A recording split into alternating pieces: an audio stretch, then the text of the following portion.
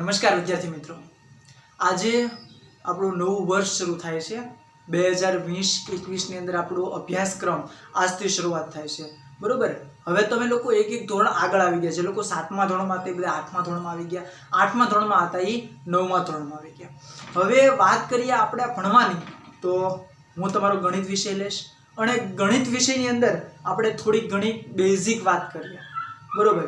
ગણિત વિષયની આપણે થોડી ઘણી બેઝિક વાત, આજે પહેલો લેક્ચર છે એટલે મોટા મોટા દાખલા અને નવા ચેપ્ટર શરૂ નથી કરતા, પણ થોડું ઘણું વિષયને લગતું વાત કરશું. આપણે જે કંઈ ગણિત વિષય છે, ગણિત વિષયને લગતા આપણે શું શું ધ્યાનમાં રાખવું જોઈએ આખા વર્ષ દરમિયાન એ બાબતે વાત કરશું. અને થોડું બેઝિક જે તમે આગલા ધોરણની અંદર ભણીને આવ્યા છો એને યાદ કરશું.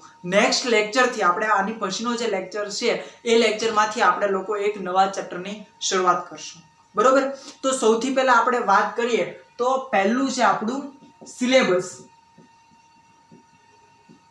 આપણા આ ધોરણની અંદર આપણે કેટલો સિલેબસ કરવાનો કવર કરવાનો છે ઈ છે. પછી બીજી વસ્તુ છે પાઠ્યપુસ્તક. બરોબર. બીજી જે આપણે વાત કરવાની છે પાઠ્યપુસ્તકને લઈને વાત કરવાની છે. પછી ત્રીજી વસ્તુ છે એ વિષય વસ્તુ. વિષય વસ્તુ એટલે ગણિત કંઈક તમને ભણવું ગમે છે, નથી ગમતું, જો નથી ગમતું તો કઈ રીતે તમારે રસ એની અંદર દાખવવો જોઈએ, વિષય કેટલો સહેલો હશે એ બાબતે આપણે વાત કરશું. પછી ત્રીજી વસ્તુ છે, ચોથી વસ્તુ બેઝિક. બેઝિક એટલે તમને કેટલું પાયાનું જ્ઞાન હોવું જોઈએ. ગણિત ભણવા બેઠતા પહેલા તમારા ધોરણથી નીચેના લેવલનું તમને કેટલી ખબર હોવી જોઈએ એ. અને આ છે હોમવર્ક. આ 5 વસ્તુ એવી છે. બરોબર. સૌથી પહેલું સિલેબસ, સિલેબસ પછી છે પાઠ્યપુસ્તક, પાઠ્યપુસ્તક પછી છે વિષય વસ્તુ, વિષય વસ્તુ પછી બેઝિક અને બેઝિક પછી હોમવર્ક. આ આટલી 5 ટોપિક આપણે આજના વિષયની અંદર કવર કરવાના છે આજના લેક્ચરમાં. અને જો સમય વધે તો આપણે કૌંસ ભાગુ સભાનો જે બેઝિક નિયમ છે એના વિશે ભણશું. સૌથી પહેલા આવે છે સિલેબસ. બરોબર. તો પહેલા આપણે વાત કરીએ સિલેબસની. સિલેબસ. બરોબર. હવે સિલેબસ એટલે આપણે વાત કરીએ ધોરણ 8. ધોરણ 8 ની અંદર વિષય ગણિત. ગણિત વિષયની અંદર 16 ચેપ્ટર તમને આપવામાં આવેલા છે. બરોબર. આપણે વાત કરીએ તમારા ધોરણ 8 ની, ધોરણ 8 ના ગણિત વિષયની અંદર. બરોબર. ધોરણ 8 ના ગણિત વિષયની અંદર તમને લોકોને 16 ચેપ્ટર આપવામાં આવેલા છે. તમારા સિલેબસમાં, તમારા કોર્સની અંદર આખા વર્ષ દરમિયાન તમારે 16 ચેપ્ટર ભણવાના છે. 16 ચેપ્ટરના તમારે 2 ભાગ પડે છે. 2 ભાગની અંદર પહેલો ભાગ છે સત્ર 1 અને બીજો ભાગ છે સત્ર 2. સત્ર કયો કે સેમેસ્ટર, સેમેસ્ટર 1 અને સેમેસ્ટર 2 આ રીતે તમારા 2 ભાગ પડે છે. બરોબર. 2 ભાગની અંદર સત્ર 1 ની અંદર તમારે ચેપ્ટર નંબર 1 થી લઈ અને ચેપ્ટર નંબર 8 સુધીનો એટલે કે 50% કોર્સનો તમારે અભ્યાસ કરવાનો છે. બરોબર. અને સત્ર 2 ની અંદર તમારે ચેપ્ટર નંબર 9 થી લઈ અને ચેપ્ટર નંબર 16 સુધીનો અભ્યાસ કરવાનો છે. ફરી વખત કહું, તમારો સિલેબસ આપણે ગણિતની વાત કરીએ, ધોરણ 8 નું ગણિત, તો ધોરણ 8 ના ગણિતની અંદર ટોટલ 16 ચેપ્ટર આવેલા છે. 16 ચેપ્ટરના 2 ભાગ પડે છે, સત્ર 1 અને સત્ર 2. બરોબર. સત્ર 1 ની અંદર 1 થી 8 ચેપ્ટર છે. 1 થી 8 ચેપ્ટર એટલે કે 50% કોર્સ તમારો સત્ર 1 માં કવર થાય છે. અને ઈ પછી બાકી રહેલા ચેપ્ટર એટલે ચેપ્ટર નંબર 9 થી લઈને ચેપ્ટર નંબર 16 સુધી એટલે કે બાકી રહેલો 50% કોર્સ છે ઈ સત્ર 2 એટલે કે દિવાળી પછીનો જે ભાગ છે એની અંદર તમારે કવર કરવાનો રહે છે. બરોબર. 50% વત્તા 50% એટલે ટોટલ તમારો 100% સિલેબસ આ રીતે સત્ર 1, 2 એવા 2 સત્રની અંદર વિભાજિત કરવામાં આવેલો છે. વાત પતી ગઈ છે આપણે સિલેબસની. હવે આવે છે પાઠ્યપુસ્તકની વાત. તો તમને લોકોને આની પહેલા કહી દીધેલું છે કે દરેક લોકોએ પાઠ્યપુસ્તક ખરીદી લેવા. જે લોકોએ હજી ખરીદ્યા નથી એ જલ્દીમાં જલ્દી આપણા પાઠ્યપુસ્તક ખરીદી લો. અને જો અત્યારે ખરીદી શકો એમ ન હોય, જો ખરીદી શકો એમ ન હોય તો શાળા મિત્ર,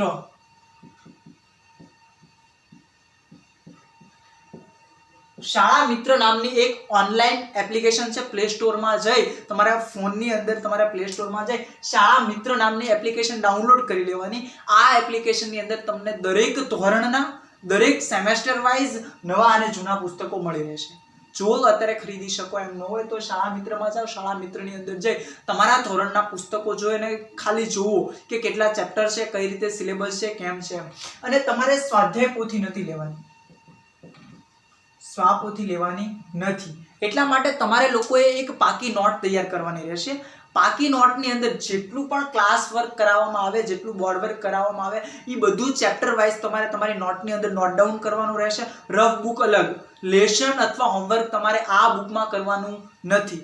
માત્ર ક્લાસ નોટ જે તમને વ્યવસ્થિત લખાવવામાં આવે એ સારા અક્ષરે જે પાકી નોટ તૈયાર કરવાની છે. એક ચેપ્ટર પૂરું થાય એટલે ચેક કરવા માંગીશ દરેક પાસે.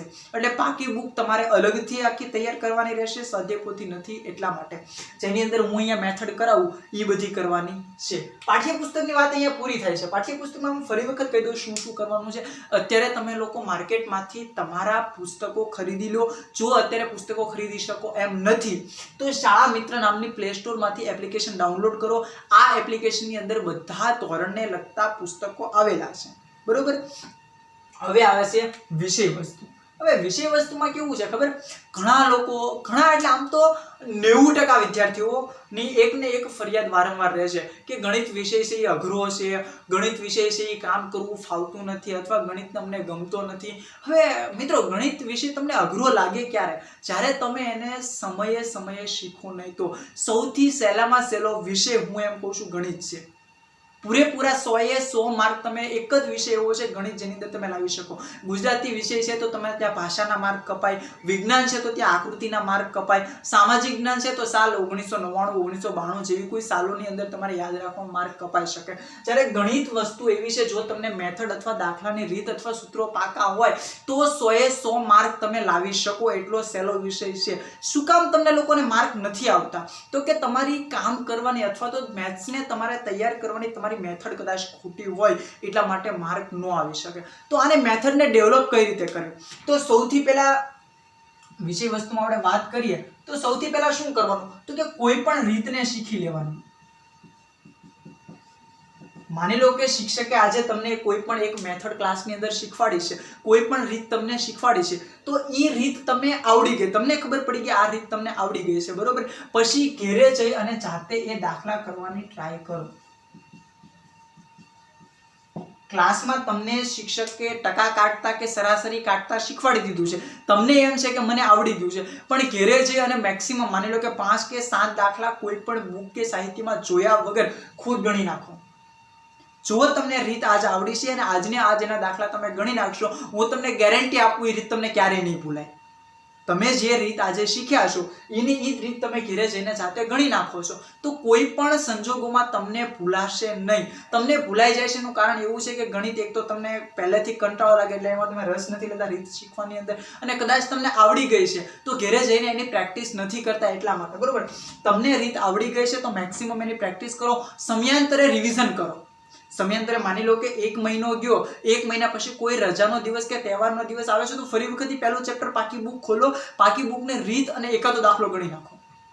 એક દાખલો કે સ્વાધ્યાયનો ખાલી માની લો કે સ્વાધ્યાય તમને એમ કીધું કે સ્વાધ્યાય 1.2 તમને કીધું, 1.2 નો માત્ર એક દાખલો તમારી જાતે જોયા વગર ગણી નાખો ને, આખો સ્વાધ્યાય થઈ ગયો. આખા સ્વાધ્યાયના દાખલા ગણવાની જરૂર ન પડે રિવિઝન કરતી વખતે. માત્ર ખાલી એક દાખલો તમે તૈયાર કરો એટલે બધું આવી ગયું. એટલા માટે મેથ્સને ગુજરાતી અને સમાજની જેમ પાકું કર્યા કરશો, વાંચ્યા કરશો, ગોખ્યા કરશો એમ નહીં આવડે. માત્ર એક વખત રીત શીખી લીધા પછી તમારી જાતે 1-2 દાખલા ગણવાની કોશિશ કરો, પૂરું. જવાબ આવી જાય છે, વાત ખતમ. જો જવાબ નથી આવતો તો એની તમે ભૂલ ચેક કરો કે તમે ક્યાં અટવાણા છો, ક્યાં રીતથી બહાર ગયા છો, તમારા શિક્ષકનો કોન્ટેક્ટ કરો, બરોબર. એટલે આ વાત રહી વિષય વસ્તુની. તમને જે ગણિત અઘરું લાગે છે એ અઘરું લાગતું તમારા બદલે તમારું ફેવરિટ સબ્જેક્ટ થઈ જશે જો તમે આ મેથડથી ગણશો તો. હવે આવે છે બેઝિક. હવે ધોરણ તમે 8 અને 9 માં આવી ગયા છો, બરોબર. 8 અને 9 માં આવી ગયા તો તમારું બેઝિક તમને કેટલું આવડું છો? તો કે પોઈન્ટ વાળા સરવાળા. બેઝિક ની અંદર વાત કરું છું. પોઈન્ટ વાળા સરવાળા, પોઈન્ટ વાળી બાદબાકી, પોઈન્ટ વાળા ગુણાકાર, ભાગાકારને અત્યારે આપણે દૂર રાખીએ છીએ. પોઈન્ટ વાળા સરવાળા, બાદબાકી, ગુણાકાર, સરાસરી, બેઝિક. હાવ ન્યૂનતમ વાત કરું તો આ દાખલા તમને આવડવા જરૂરી છે. બીજું બેઝિક ની અંદર આવે છે 1 થી 20 ઘડિયા. બહુ મોટી વસ્તુ છે. ઘડિયા નહીં આવડવાના કારણે તમને ગુણાકાર નથી આવડતા, એના કારણે તમને ભાગાકાર નથી આવડતા, અને છેલ્લે તમારો વિષય બને એટલો અઘરો થતો જાય, તમને સાદુરૂપ આપતા નથી આવડતું. એટલે દરેક વિદ્યાર્થીએ 7મા 8મા 9મા વાળાના દરેક વિદ્યાર્થીએ વધારે નથી કહેતો હું, 1 થી 20 ઘડિયા બધા લોકોને પાકા જોવે. બરોબર. હવે હોમવર્કની વાત આવે છે. હોમવર્કમાં આ વસ્તુ આવી ગઈ છે. હોમવર્કમાં તમારે શું કરવાનું છે તો કે એક વખત હું અહીંયા છે દાખલા તમને ચલાવું. માની લો કે આજે આપણે સ્વાધ્યાય 1.1 કર્યો, તો સ્વાધ્યાય 1.1 એકવાર પાકી બુકમાં લખવાનો છે, એ તો તમે અહીંયા ગણતી વખતે લખી નાખ્યો. એક વખત એને રફ બુકની અંદર આખો સ્વાધ્યાય લખવાનો છે જોયા વગર. અને બીજું એક્સરસાઇઝના જે અલગની દાખલા હું અહીંયા તમને આપીશ સ્વાધ્યાય પોથીના, કે એ તમારે ગણવાના રહેશે. પ્લસ એક હોમવર્ક તમારું આ ભેગું રહેશે. આ હોમવર્ક તમારું રોજ રહેશે. રોજ એટલે જ્યાં સુધી તમે 1 થી 20 ઘડિયા તમને આવડતા નથી. માની લો કે આજે અંકિતા છે, બરોબર, અંકિતાને 13 એકાનો ઘડિયો આવડે છે, તો આવતીકાલે એને 14 એકાનો ઘડિયો 10 વખત લખવાનો અને પાકો કરવાનો. ગણિતનું લેશન રોજ આ એક રહેશે. તે જે તમે ઘડિયો આવડે છે એનાથી આગળનો ઘડિયો રોજ એક પાકો કરવાનો. જો કદાચ તમે આ મેથડ અપનાવો ને તો તમને એકોય ઘડિયો ન આવડતો હોય તો 20 દિવસની અંદર 20 ઘડિયા તમારા તૈયાર થઈ જાય. એટલે શરૂઆતનું સત્ર છે, હજી તમને લેશન ઓછું આવે છે, બધા વિષયોની શરૂઆત છે, તો સૌથી પહેલા આ કામ કરી નાખો. 1 થી 20 ઘડિયા તમે પાકા કરી નાખો. રોજનું હોમવર્ક તમારું આ રહેશે. તે માની લો કે રોમિત છે કે મનોજ છે કે કોઈ પણ વ્યક્તિ એક છે, એને 16 એકાનો ઘડિયો આવડે છે, તો આવતીકાલે એને 17 એકાનો ઘડિયો 10 વખત લખવાનો અને એ ઘડિયો પાકો કરવાનો. એના આગલા દિવસે એને 18 એકાનો ઘડિયો 10 વખત લખવાનો અને પાકો કરવાનો. એટલે ગણિતનું લેશન કાંઈ નહીં હોય તોય તે આ રહેશે તે જ્યાં સુધી તમને 20 ઘડિયા ન આવડી જાય ત્યાં સુધી. એટલે 20 ઘડિયા પાકા કરવાના છે. અને આગળની જે મેં આ વસ્તુ વાત કરી છે એ દરેક વસ્તુ તમારે ફોલો કરવાની છે. ફરી વખત આ સમજાવી દઉં જે અત્યાર સુધી કર્યું એ. સૌથી પહેલા સિલેબસ, તો ધોરણ 8 ની અંદર સિલેબસ ટોટલ 16 ચેપ્ટર. 16 ચેપ્ટરમાં સત્ર 1 અને સત્ર 2 બે ભાગ પડે. સત્ર 1 માં 1 થી 8 ચેપ્ટર, સત્ર 2 ની અંદર 9 થી 16 ચેપ્ટર. બરોબર. અહીંયા તમારો કોર્સની બાબતે પૂરું. વાત આવે છે પાઠ્યપુસ્તક. તો પાઠ્યપુસ્તક તમારે અત્યારે માર્કેટમાં જઈને ખરીદવાના છે, પાકી બુકો બધાની તૈયાર કરવાની છે. અને જો પુસ્તકો અત્યારે ન ખરીદી શકો તો શાળા મિત્ર એપ્લિકેશનની અંદર ટેમ્પરરી અત્યારે તમે જોઈ શકો છો. એની પછી આવે છે વિષય વસ્તુ. તો વિષય વસ્તુ મેં તમને વાત કરી કે જે લોકોને મેથ્સ કે ગણિત ભણવું અઘરું લાગે છે એ લોકોએ આ રીતે મેથડ અપનાવવાની. સૌથી પહેલા એની રીત શીખી લો. કોઈ પણ માની લો કે આજે હું પોઈન્ટવાળા ભાગાકાર શીખ્યો હશું તો એની રીત તો મને આવડે છે કઈ રીતે કરવાની. ઘરે જઈને મેક્સિમમ ટ્રાય કરો. તમારા સ્વાધ્યાયના દાખલા છે જાતે ગણવાની ટ્રાય કરો. જો નથી આવડતા તો તમારા શિક્ષકનો કોન્ટેક્ટ કરો અને સમયાંતરે 2 મહિને 1.5 મહિને એને રિવાઇઝ કરો. માની લો કે આજે 3 ચેપ્ટર 2 મહિના થયા હશે આપણા ભણવાના, 3 ચેપ્ટર પૂરા થયા તો આગળના 3 ચેપ્ટરને એક રજાના દિવસે રિવિઝન કરી નાખો. એટલે શું કે તમને સમયાંતરે યાદ રહેશે. તો પરીક્ષા સમયે તમારે સાવ એટલે સાવ ફ્રી હશો. એક ચેપ્ટર તમારે કરવાનું બાકી નહીં રહે. માત્ર ખાલી તમે નજર ફેરવશો ને તોય તે તમે 100% પાસ થવાની, ટૂંકમાં 100% તમે માર્ક લાવી શકશો. બીજી વસ્તુ છે બેઝિક. હજી કહું છું જેને પોઈન્ટવાળા સરવાળા, પોઈન્ટવાળા બાદબાકી કે પોઈન્ટવાળા ગુણાકાર ન આવડતા હોય તો અત્યારે ઘેરે રહીને આ દિવસોની અંદર તમે એ વસ્તુ રિવાઇઝ કરવાની કોશિશ કરજો. પછી છે હોમવર્ક. તો હોમવર્કમાં મેં તમને કહી દીધું, અહીંયા ક્લાસમાં જે કંઈ ભણાવવામાં આવે એના દાખલા એક્સ્ટ્રા આપવામાં આવે, એક્સ્ટ્રા હોમવર્કમાં કરવાના છે. અને સ્વાધ્યાયના દાખલા જે અહીંયા કરાવું છું એ એક વખત પાકી બુકમાં લખવાના, એક વખત રફ બુકમાં લખવાના. બરોબર.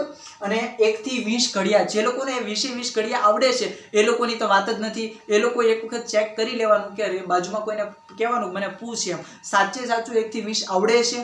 જો આવડી જાય તો વાત નથી, પણ જે લોકોને નથી આવડતા રોજ એક ઘડિયો પાકો કરવાનો. આવું કદાચ તમે 20 દિવસ કરો ને તો 20 દિવસની અંદર તમને 1 થી 20 ઘડિયા આવડી જાય. બરોબર. આ થઈ ગયા આપણા બેઝિક વાત. હવે જે આપણે વાત કરવાની છે પરીક્ષા લક્ષી વાત કરવાની છે.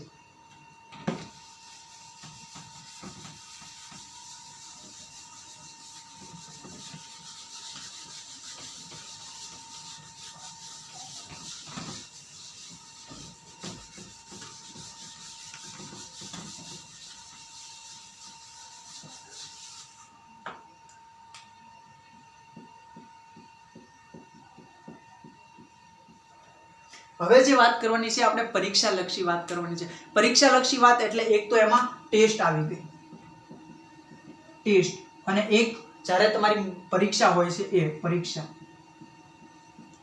ટેસ્ટ અને પરીક્ષા આની શું કામ વાત કરવાની, બરોબર? તો કે ટેસ્ટમાં તમને કેવું પૂછાઈ શકે એની વાત કરીએ તો તમને એમસીક્યુ પૂછાય. તમારે જ્યારે તમે તૈયાર કરવા બેઠો તમને એમ થાય કે કેવા દાખલા પૂછાતા હશે, ટેસ્ટ હશે તો એમાં કેવું પૂછાશે, જો કોઈ એક્ઝામ હશે તો કેવું પૂછાશે. તો એની મેથડ હું તમને કહી દઉં કે તમને જે પેપર આવવાનો છે, તમારી કોઈ ટેસ્ટ આવવાની છે તો ટેસ્ટમાં કેવું પૂછાય. તમને એમસીક્યુ પૂછાય. એ એમસીક્યુ કેટલા માર્કનો પેપર છે એના ઉપર ડિપેન્ડ કરે, બરોબર? પછી એક ખાલી જગ્યા પૂછાય. એમસીક્યુ પૂછાય, પછી શું પૂછાય? ખાલી જગ્યા પૂછાય. ખાલી જગ્યા પછી તમને શું પૂછાય તો કે 2 માર્કના દાખલા પૂછાય. 2 માર્કના દાખલા પૂછાય. જે દાખલાની અંદર તમારે છેદ ઉડાડવાના હોય, સામાન્ય સાદુરૂપ આપવાનું હોય અને સામાન્ય સાદુરૂપ આપ્યા પછી તમને એનો જવાબ મળતો હોય, બરોબર? પછી 3 માર્કના દાખલા પૂછાય. 3 માર્કના દાખલા કેવા હોય તો કે એકાદી આકૃતિ દોરવાની હોય, આકૃતિને લઈને સૂત્ર લખવાનું હોય, સૂત્રમાં કિંમત મૂકી અને તમારે જવાબ શોધવાનો હોય. પછી એક પ્રમેય પૂછાય.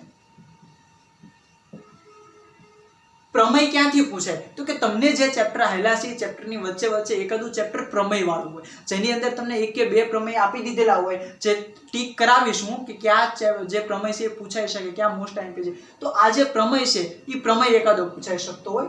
અને હવે આવ્યું છે જે મેઇન 4 માર્કનો દાખલો. 3 દાખલા એવા હોય છે કે જે 4 માર્કના દાખલા હોય છે, જે દર વખતે તમને પૂછાતા હોય છે, બરોબર? તો 4 માર્કના દાખલામાં કેવું પૂછાય તો એક તો આકૃતિ, રચના દોરવાની હોય, ફિગર દોરવાની હોય, બરોબર? કોઈ પણ આકૃતિ વાળો દાખલો પૂછાય. અને એક એવું હોય કે જે તમારે આકૃતિ પરથી સૂત્ર બનાવવાનું, સૂત્રની અંદર કિંમત મૂકવાની, કિંમત મૂકીને છેદ ઉડાડીને સાદુરૂપ આપો, એટલું મોટું કરો ત્યારે 4 માર્કનો દાખલો તમને આવતો હોય. ફરી વખત કહું છું, પરીક્ષા લક્ષીની અંદર તમારે શું હોય તો કે આ ટાઈપની મેથડ હોય. એમસીક્યુ પૂછાય.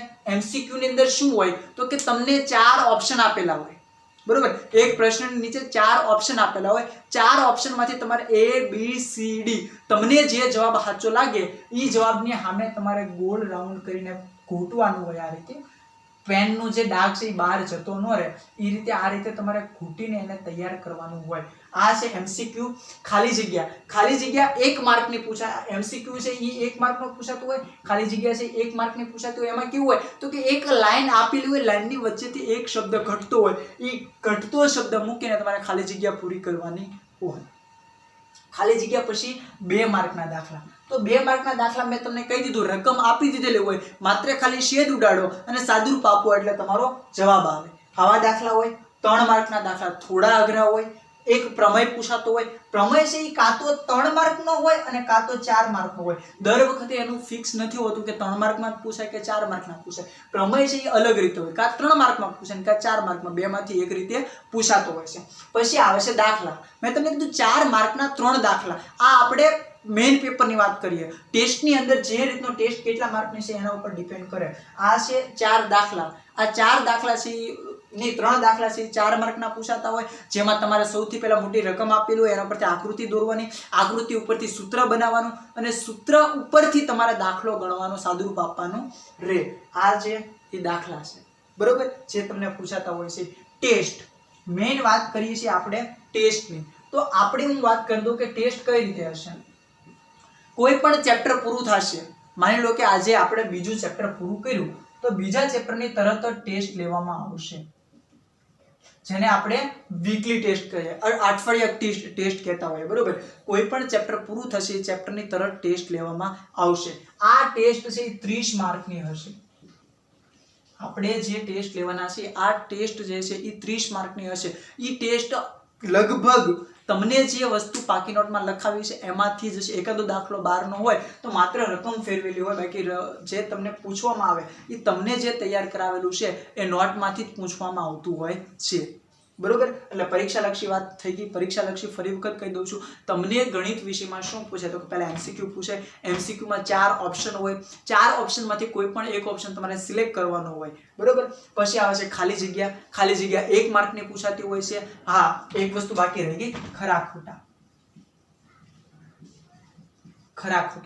ખોટા તમને લોકોને ખબર છે કે જો ખરું એટલે કે સાચું તો સાચાની નિશાની કરવાની, ખોટું એટલે ચોકડી. તો આ રીતે ખોટાની નિશાની કરવાની. એટલે એક એમસીક્યુ પૂછાય, એક ખાલી જગ્યા પૂછાય, એક ખરા ખોટા પૂછાય, પછી 2 માર્કના દાખલા, 3 માર્કના દાખલા, 4 માર્કના દાખલા, એક પ્રમેય હોય. પ્રમેયના અર્થમાં ઘણી વખત આલેખ પણ હોય. એ તમારે કેવા ચેપ્ટર આવે છે એના ઉપર આધાર રાખે. બરોબર, તમારે પ્રમેય કે આલેખ કઈ રીતનો આવે છે એના ઉપર તમને ડિપેન્ડ કરે. પછી આપણે વાત કરીએ ટેસ્ટની, તો ટેસ્ટ છે એ આપણે જે રીતે ચેપ્ટર પૂરું, માની લો કે આજે પહેલું ચેપ્ટર પૂરું છે તો એની ટેસ્ટ, બીજું ચેપ્ટર પૂરું છે તો એની ટેસ્ટ, ત્રીજું ચેપ્ટર પૂરું છે તો એની ટેસ્ટ. કોઈ વાર એવું આવશે કે પહેલું બીજું ત્રણ ચેપ્ટર ભેગા કરી અને આખી એની ટેસ્ટ એક ભેગા ચેપ્ટરની લેવામાં આવશે. એટલે આ રીતે ટેસ્ટ લેવામાં આવશે. જે એક ચેપ્ટરની ટેસ્ટ હશે 30 માર્કની હશે અને 2 થી 3 ચેપ્ટર ભેગા હશે તો 50ની કે 60નું જે રીતે બેલેન્સ થતું હશે એ રીતની આપણે ચેપ્ટરની ટેસ્ટ લેશું.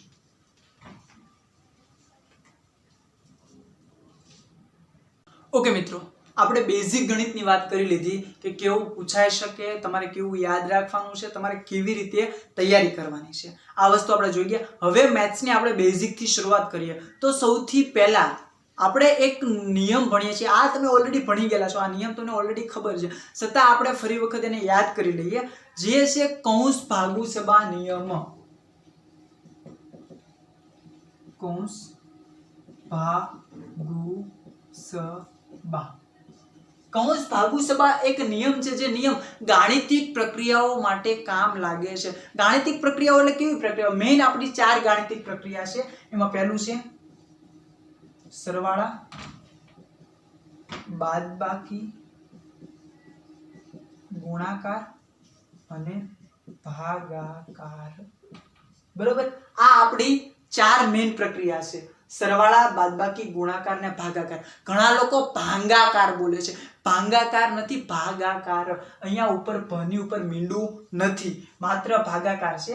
એટલે આપણી ગાણિતિક પ્રક્રિયા સરવાળો, બાદબાકી, ગુણાકાર અને ભાગાકાર આ રીતની પ્રક્રિયા છે. બરોબર, માની લો કે તમને આવું આપ્યું હોય 7 + 7 તો તમે તરત લખી નાખો 14. તમને આવું લખ્યું છે 3 + 11 તો તમે તરત લખી નાખો 14. તમને એવું કીધું કે 3 + 9 તો તમે તરત લખી નાખો 12.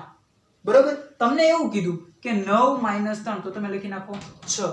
બરોબર, તમને એવું કીધું કે 5 - 5 તો તમે લખી નાખો 0. આવી રીતે જો તમને કોઈ એક પ્રક્રિયા, કાં તો તમને સરવાળો આપ્યો અને કાં તો તમને બાદબાકી આપ્યો, તો તમે સિમ્પલ થી જવાબ આપી દો. પણ માની લો કે તમને આવું આપ્યું 3 + 9 - 10 / 9 + 8 આવી તમને રકમ આપી. તો હવે તમે શું કરશો? પહેલા સરવાળો કરશો અથવા પહેલા બાદબાકી કરશો અથવા પહેલા ભાગાકાર? તમે શું કરશો? ઘણા લોકો પહેલા સરવાળા કરી નાખે એટલે સહેલું પડે, ઘણા લોકો પહેલા ભાગાકાર કરી નાખે તો સહેલું પડે. આવી રીતે બધા અલગ અલગ પ્રક્રિયાથી શરૂઆત કરે અને સમયાંતરે જવાબ બધાના ખોટા આવે અથવા તો અલગ અલગ. જો ખોટાનું શું કહેવાય, પ્રક્રિયા તમે સાચી લખી હોય તો જવાબ સાચો આવે, પણ બધા અલગ. મને મન પડે તો હું પહેલા ભાગાકારથી શરૂઆત કરું, રાકેશને મન પડે પહેલા એ સરવાળાથી શરૂ કરે, પિનલને મન પડે તો એ સૌથી પહેલા બાદબાકીથી શરૂઆત કરે, એને સહેલું લાગે એમ કરે. તો બધા લોકો અલગ અલગ જગ્યાએથી શરૂઆત કરતા હોવાના કારણે જવાબ બધાના અલગ અલગ આવે. એટલે અલગ અલગ બધાના જવાબ ન આવે એટલા માટે સરકાર દ્વારા અથવા ગણિત શાસ્ત્રીઓ દ્વારા એક નવો નિયમ બનાવવામાં આવ્યો, જે નિયમનું નામ છે કૌંસ ભાગુ સબા. બરોબર, આ નિયમનો ઉપયોગ ક્યાં થાય છે? તો કે ગાણિતિક પ્રક્રિયાઓ કરવા માટે સરવાળા, બાદબાકી, ગુણાકાર જેવા સમીકરણો, આને સમીકરણ કહેવાય. એક થી વધારે પદ આપેલા હોય તો એવા ભાગને સમીકરણ તરીકે ઓળખવામાં આવે છે. તો આવા સમીકરણ આપેલા હોય ત્યારે એને સોલ્વ કરવા માટે અથવા એને તો છૂટા પાડવા માટે, જવાબ મેળવવા માટે જે પ્રક્રિયા કરવામાં આવે આ પ્રક્રિયાને ગાણિતિક પ્રક્રિયા કહેવાય અને એના માટે ઉપયોગમાં લેવાતા નિયમને કૌંસ ભાગુ સબા નિયમ તરીકે ઓળખવામાં આવે છે. ચાલો આપણે એ નિયમને વિસ્તૃત અલગ રીતે પાડીએ. કૌંસ ભાગુ સબા નિયમ, તો આજે આપણે એની માહિતી જોશું. તો કૌંસને શું કહેવાય? તો આપણે એને જો ગુજરાતીમાં છે ને કાઉન્સ બોલીએ, કાઉન્સ. તો તમે ભણ્યા હશો સગડીયો કાઉન્સ, નાનો કાઉન્સ, બ્રેકેટ મોટો કાઉન્સ, અડધો કાઉન્સ. આ વસ્તુ છે ને તમે ભણી ગયા. કૌંસ એટલે શું? તો કાઉન્સ, સગડીયો કાઉન્સ, નાનો કાઉન્સ, મોટો કાઉન્સ, અડધો કાઉન્સ. તો આ વસ્તુને કહેવામાં આવે છે કૌંસ. ભા એટલે તો કે ભાગાકાર, ગુ એટલે ગુણાકાર, સ એટલે સરવાળા, બા એટલે બાદબાકી. બરોબર, કૌંસ ભાગુ સબા નિયમ છે આ ટૂંકમાં લખેલું શોર્ટ ફોર્મ છે. જો આપણે કહીએ તો આને શોર્ટ ફોર્મ કહેવામાં આવે છે. કૌંસ એટલે કાઉન્સ છે. તમને જો સમીકરણ કોઈ આપેલું છે, આ સમીકરણમાં કાઉન્સ હોય તો સૌથી પહેલા એનું કામ પતાવવાનું. કાઉન્સ નો આપ્યો હોય તો ક્યાં જવાનું? ભા ઉપર. ભા એટલે ભાગાકાર, ગુ એટલે ગુણાકાર, સ એટલે સરવાળા, બા એટલે બાદબાકી. એટલે તમને જે નિયમ આપેલો છે આ નિયમનું નામ છે કૌંસ ભાગુ સબા. તમને કોઈ પણ સમીકરણ આપેલું હોય તો એ સમીકરણને સોલ્વ કરવા માટે જે પ્રક્રિયા છે આ પ્રક્રિયાને કૌંસ ભાગુ સબા નિયમ તરીકે ઓળખવામાં આવે છે. ચલો આપણે એક દાખલા સાથે જોઈએ.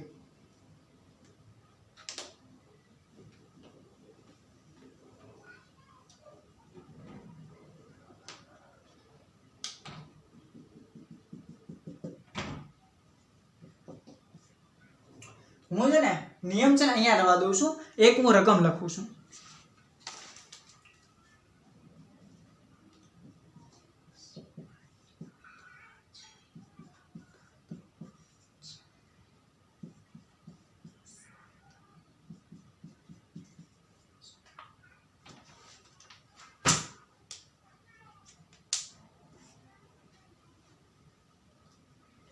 હેલો વિદ્યાર્થી મિત્રો, તો અહીંયા આપણે એક રકમ આવી ગઈ છે 10/5 + 3 - 1 × 7 + 11 - 9.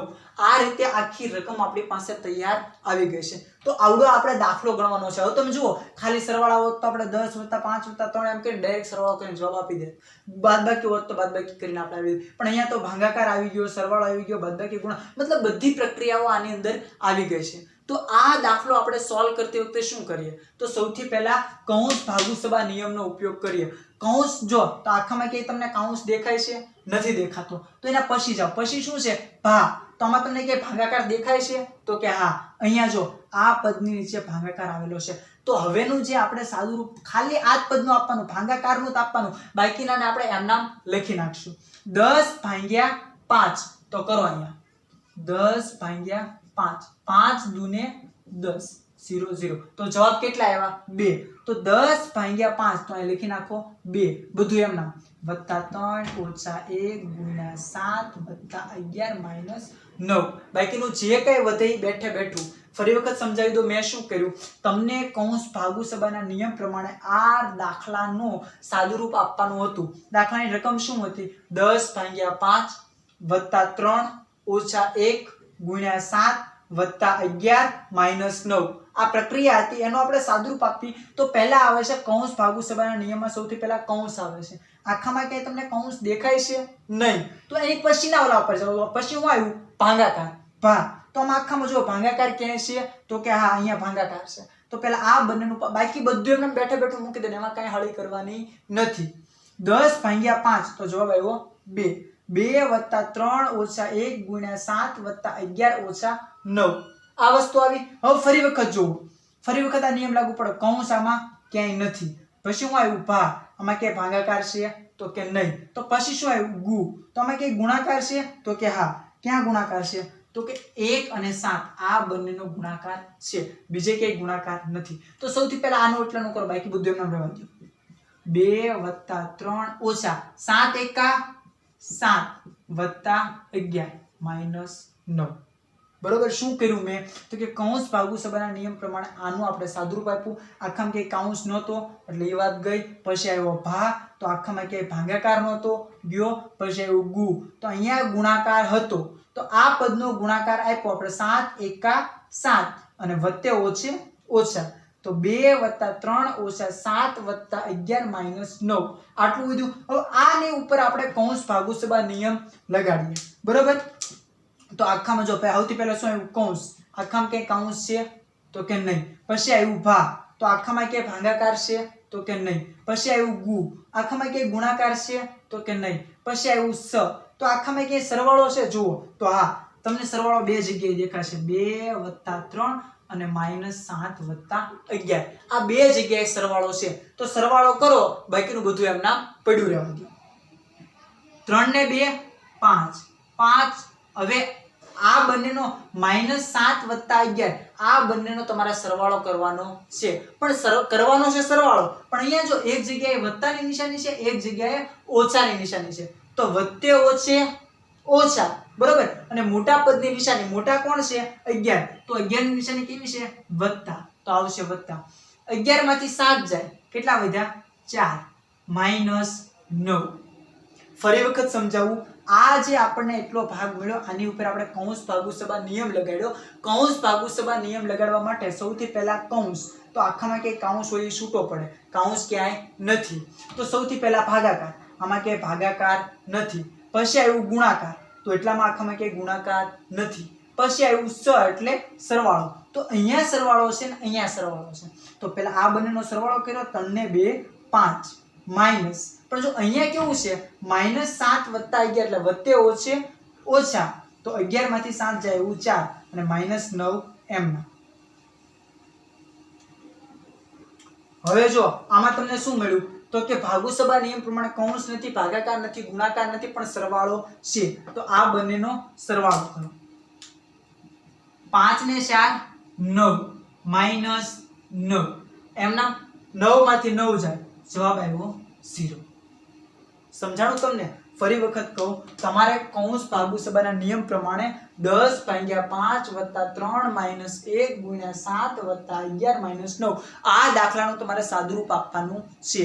સાદુરૂપ આપવા માટે સૌથી પહેલા કૌંસ હોય તો કૌંસને છૂટો પાડવાનો, જો કૌંસ નથી તો સૌથી ભાગાકાર હોય તો ભાગાકાર કરો, ગુણાકાર હોય તો ગુણાકાર કરો, સરવાળો હોય તો સરવાળો કરો, બાદબાકી હોય તો બાદબાકી કરો. બધી પ્રક્રિયા વારે વારે કરતા તમારો આ દાખલાનો જવાબ આવ્યો છે 0. અહીંયા આ દાખલો પૂરો. હવે જોઈએ આની પછીનો દાખલો.